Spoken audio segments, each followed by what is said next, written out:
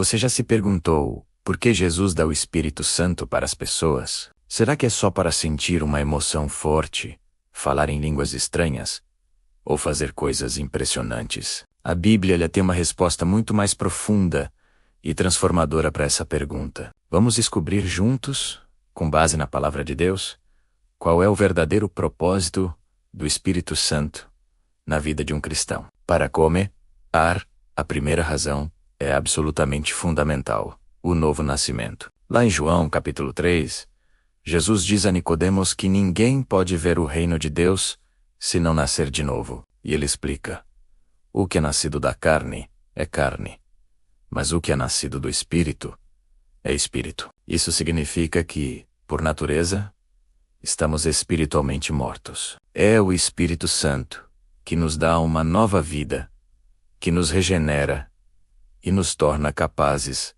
de entrar no reino de Deus. Sem ele, a vida cristã é impossível. Além disso, Jesus prometeu que não nos deixaria órfãos. Em João 14 ele diz: "E eu rogarei ao Pai, e ele vos dará outro Consolador, para que fique convosco para sempre." Esse Consolador é o Espírito Santo. Ele não vem apenas para nos visitar. Ele vem para morar dentro de nós. O apóstolo Paulo confirma isso, dizendo que nosso corpo é o templo do Espírito Santo. Deus não mora mais em templos feitos por mãos humanas, mas habita no coração daquele que crê em Jesus. Pense nisso.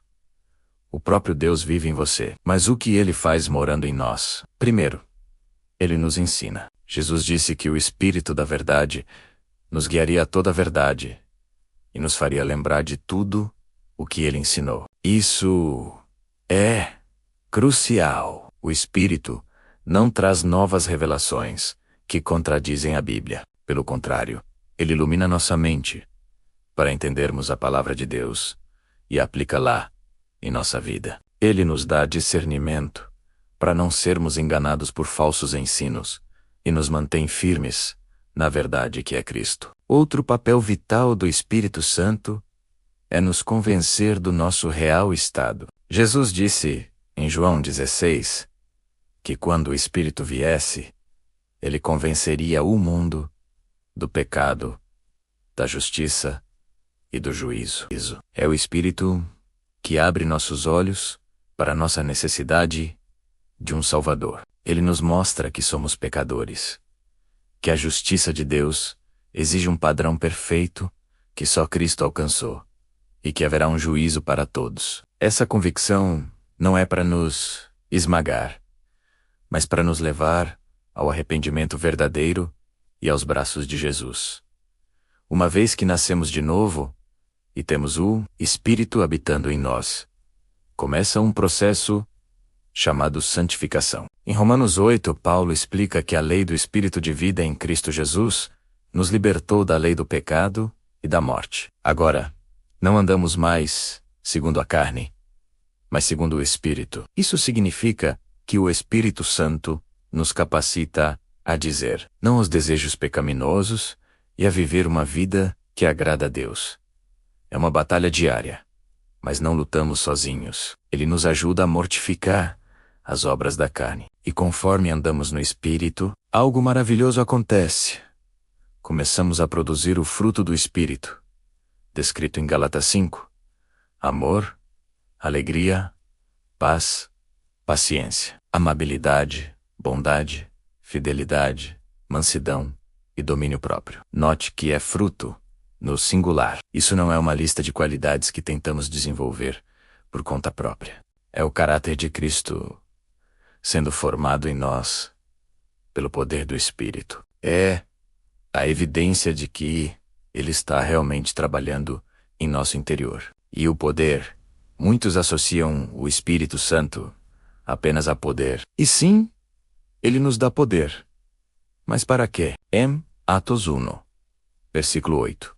Jesus foi claro: mas recebereis poder ao descer sobre vós o Espírito Santo, e sereis minhas testemunhas. O poder do Espírito não é para nossa autopromoção ou para exibicionismo. É o poder para sermos testemunhas eficazes de Jesus Cristo, para proclamar o Evangelho com ousadia e amor, confirmando a palavra com sinais que apontam para Ele, e não para nós. O Espírito também distribui dons espirituais para a Igreja. Em 1 Coríntios 12 lemos que há uma variedade de dons, mas o Espírito é o mesmo. Dons de ensino, serviço, misericórdia, profecia, cura, todos são dados com um propósito claro.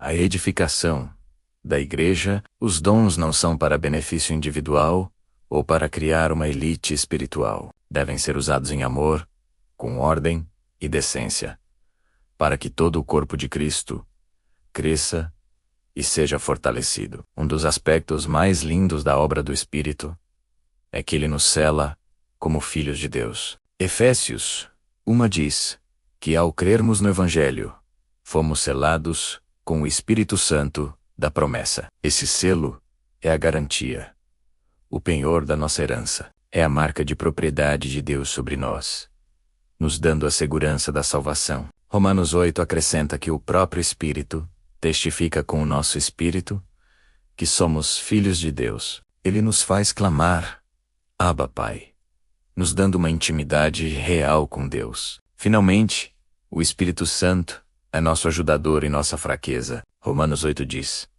que não sabemos orar como convém, mas o próprio Espírito intercede por nós com gemidos que não podem ser expressos em palavras. Quando você se sente fraco, desanimado, sem saber o que dizer a Deus, lembre-se, o Espírito Santo está aí, dentro de você, orando por você e em você, de acordo com a vontade de Deus. Isso não é incrível? Então, concluindo, por que Jesus nos dá o Espírito Santo? Para nos dar vida nova, para habitar em nós, para nos guiar na verdade, para nos convencer do pecado, para nos santificar, para produzir o fruto de Cristo em nós, para nos capacitar a testemunhar, para edificar a Igreja com dons, para nos selar como filhos e para nos ajudar em nossas fraquezas. O objetivo final de toda a obra do Espírito não é chamar a atenção para si mesmo, mas, como Jesus disse em João 16:14, Ele me glorificará. O propósito do Espírito Santo é glorificar a Jesus Cristo, formando o caráter de Cristo em cada discípulo. Se você é um seguidor de Jesus, celebre a presença e a obra do Espírito Santo em sua vida. E se você ainda não o conhece, busque a Jesus, pois Ele é quem batiza com o Espírito Santo. Obrigado por assistir. Se este vídeo te abençoou, compartilhe com alguém e se inscreva para mais conteúdo assim. Que Deus te abençoe.